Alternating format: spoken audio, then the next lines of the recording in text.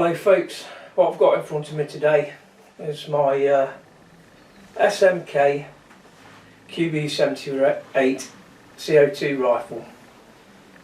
This was the first rifle I got when I got back into shooting again about 14 years ago now, probably 15 years ago. The reason I got it was because when I did start shooting when I was a teenager in the mid-70s, all we had then was springers. And then CO2 rifles came along. For some reason it was put on a firearms certificate at that time, and it weren't until the late 90s I believe when it was alright to have CO2 guns. So I've been in Canada for about 9 months and I had CO2 rifles and pistols there, so I thought, oh, I might as well start off with one of those. Downside to these, because it's CO2 and it's temperature reliant, if it's a cold day you'll get a lower pressure, so you get lower power. On a hot day the pressure will go up because it'll expand in the chamber. So that is the downside to these over a pre-charged rifle, whereas a normal pre-charged rifle that's powered by normal air, you don't get the atmospheric changes like you do with CO2. Having said that, like I say, I've had the rifle a long time. I've not shot it for a long time, and going back now, probably 18 months ago, I took it down the range, put some CO2 in and it started leaking, so I realised the gaskets had gone on it, so I just put it away again. I thought, oh, I can't be bothered with this. But now we've got the coronavirus epidemic, or pandemic now, and what do we do when we're bored to death and can't do anything? Well, I decided, I know what I'll do. I'll start doing some maintenance on the rifles I've got, just to pass the time. So as you can see, I've not done a video on it, so there's enough videos out there stripping these down and things, but I stripped it down. As you can see, it's not got a beak stock anymore, because I don't like beak stocks. If it's not walnut, you might as well spray it. So that's what I've done here, and I've gone with an army green, which I got in a spray can from Alfred's last year. So that's army camouflage green from Alfred's. It'll need a couple more coats yet, but that, you get the idea. So I stripped the rifle all down, and the thing with these, it's an internal, the valve's internal down there, and there's an O-ring in there that when you tighten the actual valve up, once it's inside, it expands the seal, so you need a special tool to get it out. Well, I'm not going to pay a fortune for a seal, so I made my own tool. All it is, piece of metal rod. I've got a washer, cut the washer in half, split the tube, stuck the washer down it, strapped it up, glued it and cut it down. So I was able to shove this down the cylinder, so it got to the valve, and I just unscrewed it to take the pressure off the O-ring, and I was able to take the valve out then. And these rifles are fairly straightforward in the design, so they are easy enough to do yourself. So I basically stripped the rifle down, took all the components out. There's 3 O-rings here that I replaced, and I didn't send off the O-rings. I've got loads of O-rings anyway, and they just happen to fit. So I replaced the transfer port seal. I replaced the seal on the front end, on the valve cap. In fact, put 2 in there, and then I actually replaced the O-ring on the valve. I cleaned all the parts up, I polished the hammer, I also drilled out the barrel from 4.5mm transfer port to 4.8, and I did the same on the valve itself. They do suggest when you take the valve apart to throw away the felt end, so that's what I've done. It can be tuned up more than it is, but all I wanted to do was make sure it's got you know, a good seal for when I put the gas in, and it works now anyway. But there we go, that's the SMK QB-78 C02 Rifle.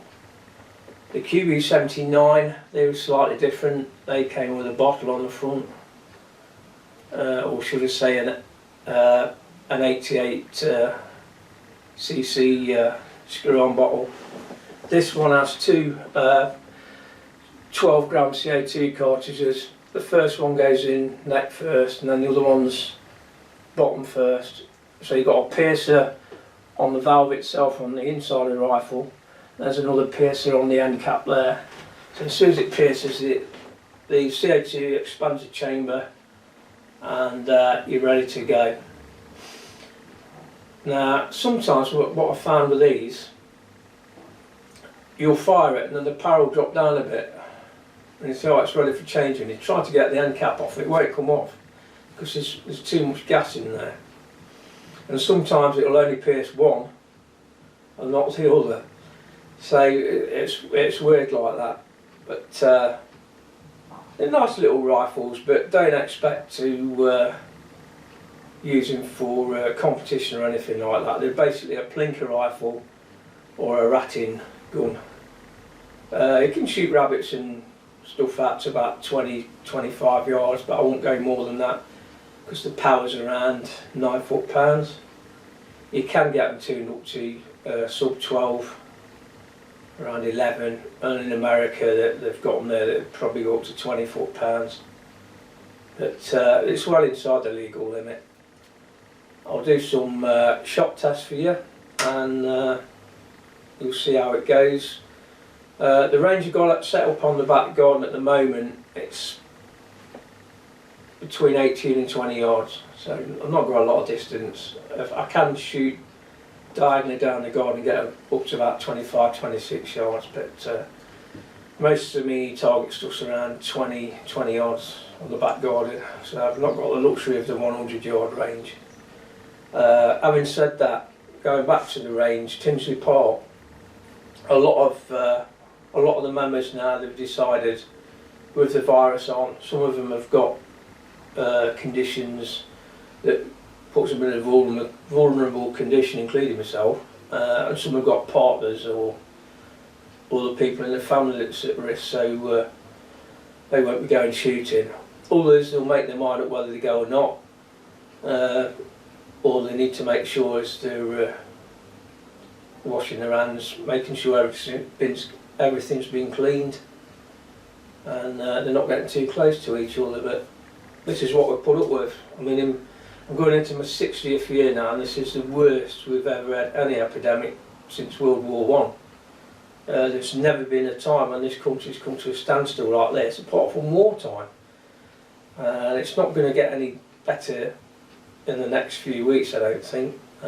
So all we've got to do is follow the rules,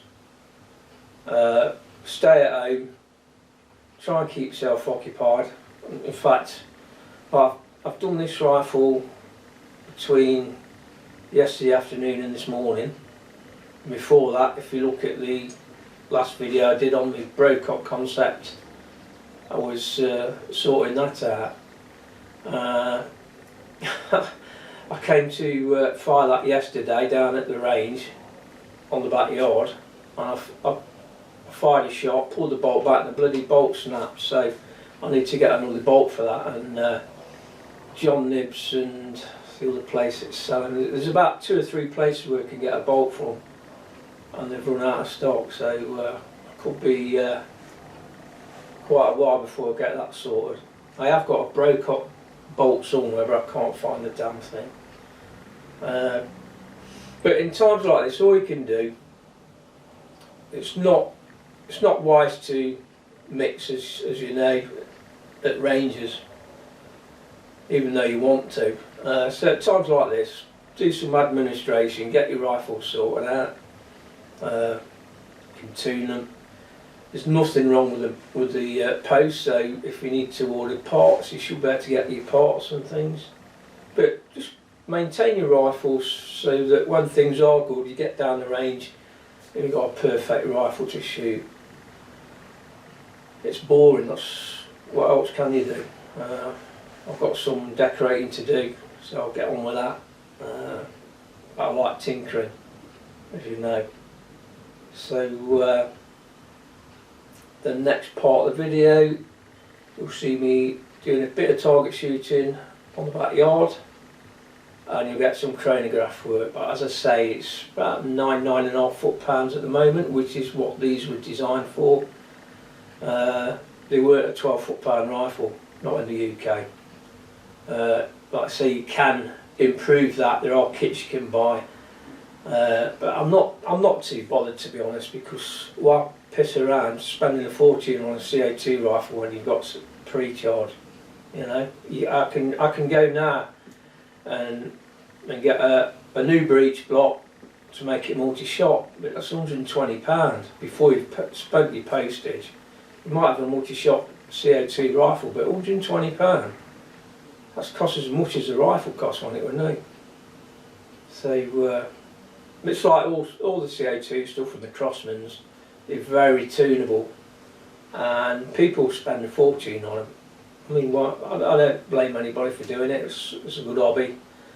They bling them out and all sorts, but you end up you're buying a pistol or a rifle that say cost you 30 quid in the day, and nowadays you can be spending 200 or 300 quid on all the extra bits for them. It just don't seem worth it to me. Not for a CO2, but others might disagree. Alright, so that's about it for now. I have got other projects in the pipeline to do. I do plan on doing a flat top piston for my Crossman 1377 pistol, so that might be a future video. I'll probably get a Robert Lane regulator for my a Lancet regulator for me Atson Gladius.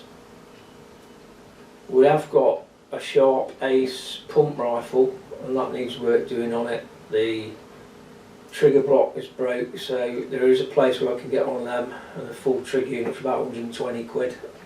Then I'll need all the seals and everything, but that is a good project to work on because those rifles can be worth quite a bit now. And that's it for now, and I will see you in the next video. Stay safe, wash your hands as directed, and I would imagine by the weekend we could be on a full lockdown anyway, so socialise on social media, not in groups, and I'll see you soon. Okay then, I'm using Acupels. Set the crony, see what it's doing.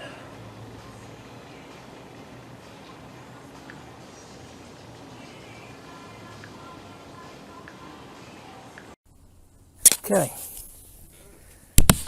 we'll begin.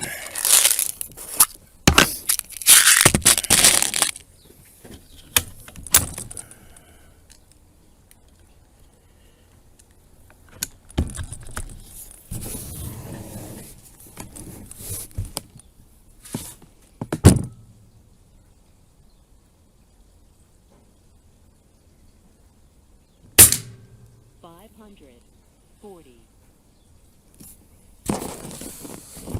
540 feet per second.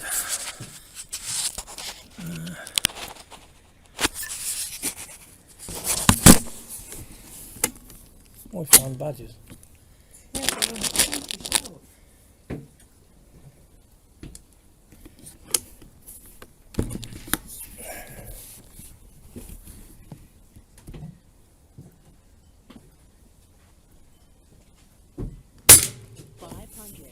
550.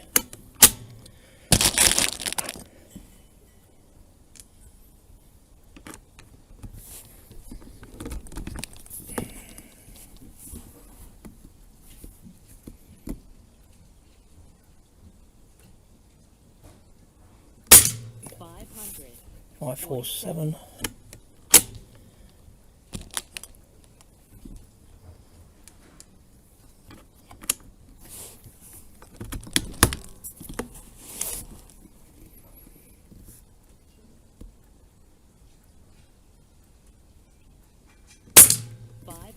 .545.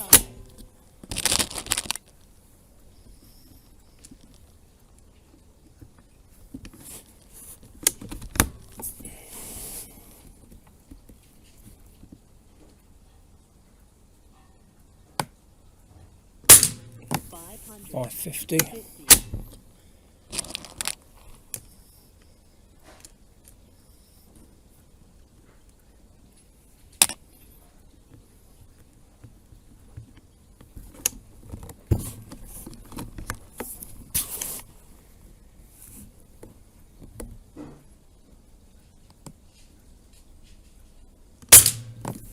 547. Quite consistent.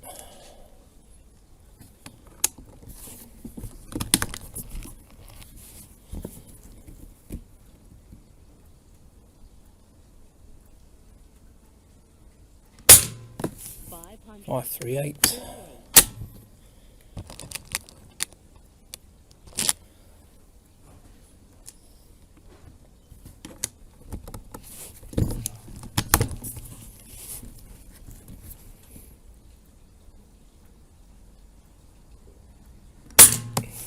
543.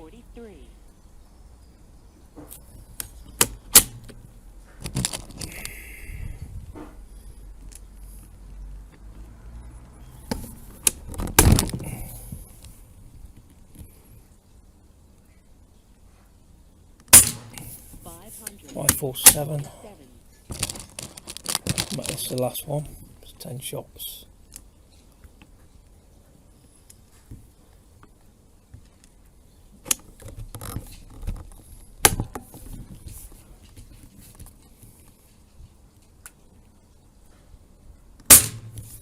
.538.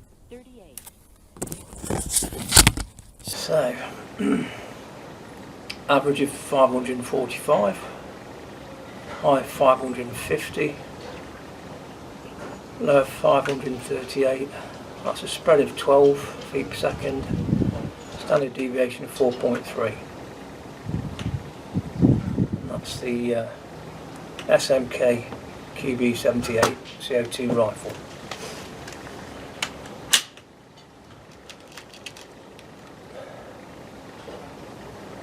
There is another target down there. Have a go at. That's a bear. 543.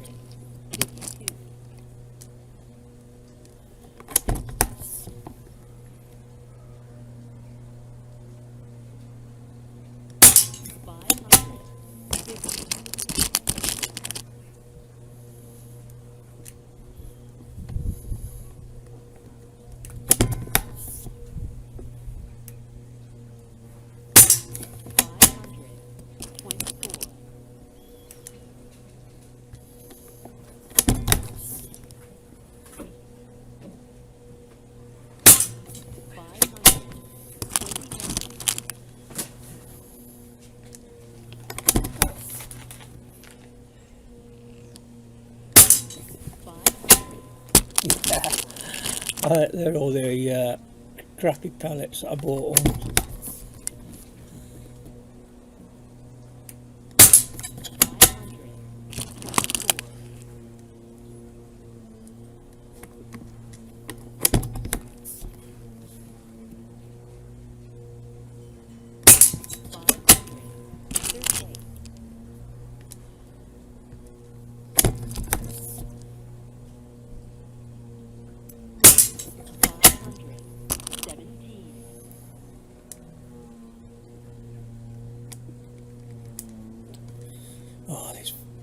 It's the only trouble with these single shot loader things, it's not that easy sometimes.